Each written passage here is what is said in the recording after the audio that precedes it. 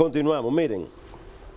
Ingeniero, hay algo que la sociedad está en grito y desde hace un tiempo para acá, lamentablemente, no se ve un respiro positivo en ese sentido. Y por eso yo decía en el bloque pasado que usted es una de las personas más idóneas para hablar sobre el tema, que es el sector eléctrico. Hay quienes dicen el sector eléctrico está obsoleto, está acéfalo prácticamente, porque quienes están manejando el sector eléctrico en el país son personas que son conocedores, pero no están haciendo lo que deben hacer. Incluso recientemente el presidente designó ahí a la vicepresidenta de la República para que presida el gabinete de electricidad. ¿Qué mensaje tiene el nombramiento de ella, la designación de ella a través de un decreto del presidente de la República, pero también la genuflexión, vamos a decir así, de las autoridades eléctricas? Robinson, el sector eléctrico, al igual que otros sectores en esta gestión administrativa, evidencia unos niveles de improvisación que nos están saliendo muy caros. Estamos pagando un altísimo costo por la ineptitud y la incapacidad del gobierno del PRM en la administración del sector eléctrico. Primero, el gabinete eléctrico lo colocaron en manos de Lisandro Macarrulla, en manos del empresariado, porque había una agenda que no se le reveló al pueblo dominicano, pero que sí selectos grupos teníamos esas informaciones. ¿Mandaron la carne con el gato? Oh, pero claro que sí. La idea era que Punta Catalina, a esta altura de juego, ya estuviera en las manos del sector privado, que como buitre está acechando a la presa del Estado para asaltar cada lugar donde pique el peje en el Estado dominicano. Lisandro Macarrulla ya se destapó todos los niveles de implicación que él tiene con actos punibles con la ley y fue echado del gobierno. Pero el empresariado presionó al presidente de la República y le dijo, no, nosotros aún insistimos con nuestro plan de asaltar el sector eléctrico. Ponnos a alguien que sea una buena interlocutora con nosotros, con el sector empresarial, la mujer de los negocios. ¿Y cuál es la mujer de los negocios? La señora vicepresidente de la República, que por estar en tantas cosas, mañana tendrá que explicar muchas cosas cuando no esté en el gobierno. ¿Cómo cuál, ingeniero? Oh, por Dios, Robinson, el tema de la pandemia aquí habrá que explicarlo. Aquí habrá que explicar los millones de dólares que se echaron a perder durante la pandemia. Aquí habrá que explicar, solo un caso te voy a mencionar, 400 millones de dólares de vacuna que hubo que echarlo al zafacón, 40 millones de dólares de vacuna que hubo que echarlo al zafacón. No se ha dicho nada de eso. No se ha dicho nada de eso y eso es dinero de nosotros. Es dinero que nosotros vamos a pagar.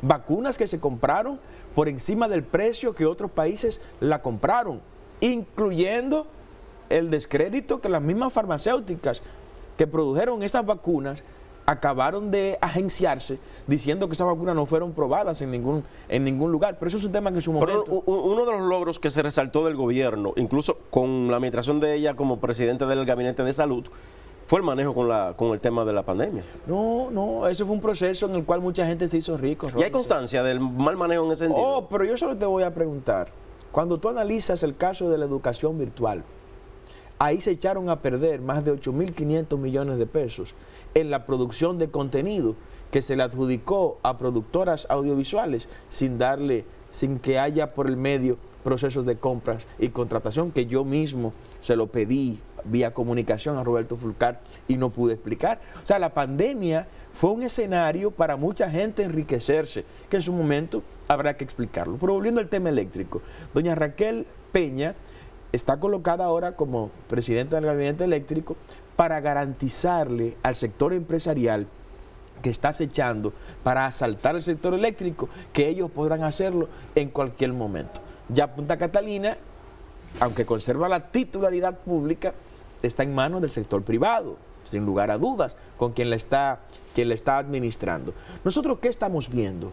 Estamos viendo que se le irán los 4 años, le quedan ya 22 meses aproximadamente a este gobierno, y no habrán resuelto otra vez, otro gobierno más, otro partido más, no habrá resuelto el problema eléctrico. Para resolver el problema eléctrico aquí hay que abordar un tema al que los gobiernos le tienen miedo. ¿Y cuál es ese tema? El cartel de generación eléctrica. ¿El sector empresarial? El sector que genera la electricidad. Esa gente maneja tanto dinero, Robinson, que te pueden llamar a ti y decirte, Robinson, mañana tú tienes un partido político y mañana tú vas a ser candidato presidencial y mañana empezaremos a publicar encuestas donde tú vas a aparecer en los primeros lugares. Eso pasó en un pasado reciente. Oh, pero sin lugar a dudas, el cartel de Generación dio dinero al PRM, dio dinero a la Fuerza del Pueblo y dio mucho dinero también al PLD para potencializar sus respectivos candidatos presidenciales. Evidentemente al PRM le dio más porque iba en la carrera visible de la victoria electoral. Entonces, cuando usted se da cuenta que aparece un Rolando González Bunster con los niveles de amistades que tiene con el actual presidente de la República y los demás generadores eléctricos con los niveles de amistad a tal grado... Es el señor del este. Sí, el faraón del este, sí, como yo le llamo. A tal grado, Robinson, que el primer superintendente de electricidad que tuvo este gobierno era un funcionario del cartel de generación de electricidad, que los generadores le dijeron a este gobierno, ponme a este individuo como superintendente. O sea, déjame a mí mismo autorregularme. Pero cuando tú ves a quién colocaron como presidente del Consejo Unificado de las 3 distribuidoras, al señor Andrés Astacio. Andrés Astacio era un empleado del grupo AES. O sea, el gobierno del PRM le entregó al cartel de generación el sector eléctrico. Pero el sector político no tiene nada, entonces no tiene vela en el entierro. Le dieron Edenorte a un joven incapaz, inepto, que hay ahí en Santiago, el señor Cueto. Andrés Cueto. Que no, presidente del partido allá en Santiago. Que bueno, es una cuota electoral política importante, por eso Edenorte está quebrada también, al igual que está Edesur y está Edeeste. Pero para resolver el problema eléctrico, Generación de Servidores tiene una propuesta claramente definida. Primero, vamos a abordar el tema en el sector de la generación eléctrica, a auditar los costos de generación. Este gobierno no ha querido hacerlo a pesar de que se lo propusimos directamente al presidente de la República. Hay que auditar qué realmente le cuesta a los generadores eléctricos producir la energía eléctrica, porque me están cobrando como pueblo un precio del kilovatio hora y nadie sabe cuánto es realmente el costo. ¿Cuál es el poder calorífico de los combustibles que tú estás utilizando? ¿Cuál es la eficiencia de tus máquinas? ¿Cuáles son tus financiamientos? Porque todos esos costos deben resumirse e incluirse en el precio final de la energía eléctrica. Perfecto. Aquí nadie se sabe. Los gobiernos le han tenido miedo a abordar ese tema. Nosotros creemos que una auditoría de costos real del sector de generación va a reducir entre 200 y 250 millones de dólares al precio de la energía eléctrica. Lo otro es revisar lo que tiene que ver con el cargo por capacidad o el cargo por potencia, que es el pago fijo que se le hace a los generadores eléctricos, generen o no generen electricidad. Pero usted es ingeniero y los que están en las sedes también son ingenieros. Ellos no saben más o menos por dónde podría ir la cosa. Es que falta voluntad política. Aquí no es conocimiento lo que falta, Robinson. Aquí falta voluntad política. Aquí falta que ese pueblo que me está viendo se decida a llevar usted un presidente. Que usted se decida a decirle al empresariado, ya se acabó el tiempo de los presidentes de los empresarios. Vamos a llevar ahora un presidente que responda a nosotros, que nosotros lo financiemos, que nosotros le hagamos la campaña como pueblo. Vamos a hacerle la campaña a ese presidente, a ese partido, para cuando llegue ahí no se deba a los empresarios, sino que se deba al pueblo dominicano. Y es lo que no puede hacer Luis Abinader, es lo que no pudo hacer Danilo Medina, ni podrá hacer Leonel Fernández, porque se van a deber a la misma oligarquía económica y política que nos ha dirigido. El presidente Abinader es un presidente del sector empresarial. Totalmente. Este es un gobierno de la élite económica del país. Es un gobierno que responde a intereses exclusivamente del gran empresariado. Y te pongo un ejemplo muy claro, Robinson. Se aprobó una ley para liberar de gravámenes aduanales una serie de productos. Con esa ley, supuestamente, se iba a impactar la canasta básica familiar, porque al entrar esos productos libres de gravámenes, pues el importador lo iba a vender más barato al consumidor final. Ya esa ley perimió. Ya terminó porque era solo por 6 meses. ¿Y bajó la canasta básica familiar? No, no bajó. ¿Qué se importó ahí? Ahí se le benefició a ese gran empresariado importador con 1.500 millones de pesos. 1.500 millones de pesos que no se le transfirió al consumidor final, sino que se lo consiguió ese gran empresariado como beneficio particular. Pero vámonos en el mismo sector eléctrico donde estábamos. ¿Por qué en lugar de aumentarle un 30% la tarifa eléctrica a los dominicanos, al consumidor humilde dominicano, no fueron al sector de generación y le bajaba un solo centavo de dólar? Reducir un solo centavo de dólar al precio del kilovatio hora en el sector de generación equivale a bajar 144 millones de dólares al año al déficit eléctrico. ¿Tú estás entendiendo? O sea, el tocar arriba a los que se están llevando todo el dinero impacta más en las finanzas públicas que el ir a crear molestias individuales a cada usuario final, que al final de cuentas, valga la repetición, el salario no le da para vivir. Gente que antes pagaba 1.500 pesos de energía eléctrica y hoy están pagando 5, 6, 7 mil pesos. ¿Cómo explicar eso? Cuando los de arriba siguen igual, cuando los de arriba tienen, los grandes empresarios, tienen contratos que se conocen como usuarios no regulados, Robinson. ¿Qué significa eso? Los usuarios no regulados del sector eléctrico tienen el derecho de comprar energía directamente a los generadores, sin pasar por las distribuidoras. Tú y yo no tenemos ese derecho. Tú y yo tenemos que comprarle obligatoriamente a una de las 3 distribuidoras. Pero una empresa grande tiene el derecho de contratar directamente con el generador.